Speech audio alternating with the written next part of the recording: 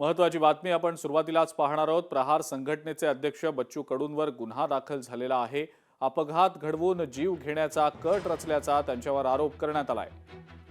आमदार प्रवीण तायडेंच्या बंधूंच्या हत्येचा कट रचल्याचा त्यांच्यावर आरोप करण्यात आलेला आहे। प्राप्त पुरावे न्याय वैद्यकीय तपासणीसाठी प्रयोगशाळेकडे देखील पाठवले गेले।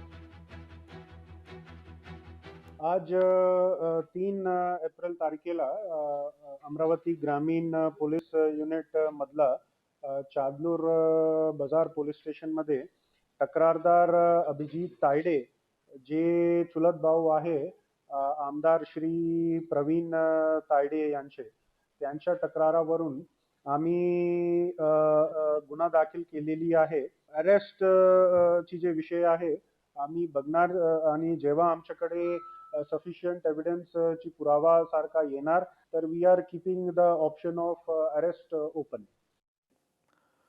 उल्हासनगरमध्ये स्मशानभूमीमध्ये आंबेडकरांचा पुतळा हा बांधला गेलेला होता आणि हा पुतळा काढण्यासाठी आंदोलन केलं जात आहे। स्मशानभूमीतला हा पुतळा दुसरीकडे हलवण्याची मागणी होतीये।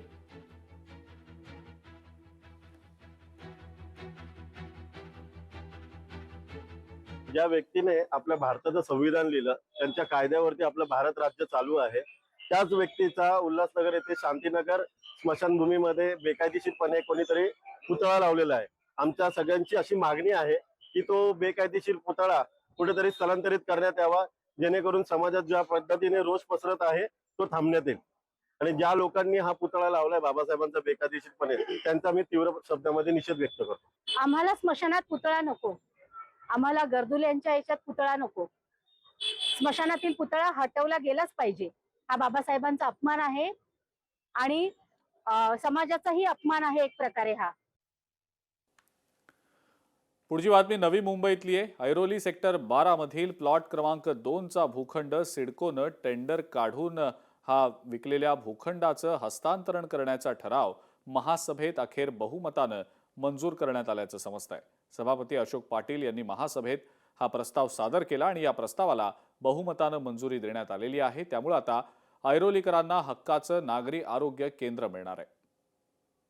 नागरिक आरोग्य केंद्र हे तात्काळ सेवेसाठी उपलब्ध आणि तो प्लॉट हा रस्त्यालगतचा आहे आणि त्या ऐरोलीतील सर्व कॉलनीतील सेक्टर 4 पासून सेक्टर 18 पर्यंत 10 सेक्टर येत आहेत आणि एवढ्या 60-70 हजार लोकसंख्येच्या असणाऱ्या ठिकाणी जर नागरिक आरोग्य केंद्र नसेल तर ते आपल्या ह्या ऐरोलीकरांच्यावरती अन्याय झाल्यासारखं आहे। म्हणून माझी लोकहिताची लोकांकडून आलेली मागणी होती आणि त्यासाठी मी आज हे ज्यावेळेला हे सभागृह चालू झालं त्यामुळं सभागृहाच्या माध्यमातून मी त्या ठिकाणी मांडणी केलेली आहे की आपण तो विकासक काय माझा दुश्मन नाही, त्या विकासकाला जी काय त्याची रक्कम असेल बांधलेली त्यांचं ती रक्कम महापालिकेने हस्तांतरित करून संपादित करून घेतल्यानंतर त्याला ती अदा करावी आणि महापालिकेच्या माध्यमातून नागरिक आरोग्य केंद्र ऐरोलीमधील सर्वसामान्य नागरिकांकरता खुलं करून देण्यात यावं ही माझी मागणी आहे।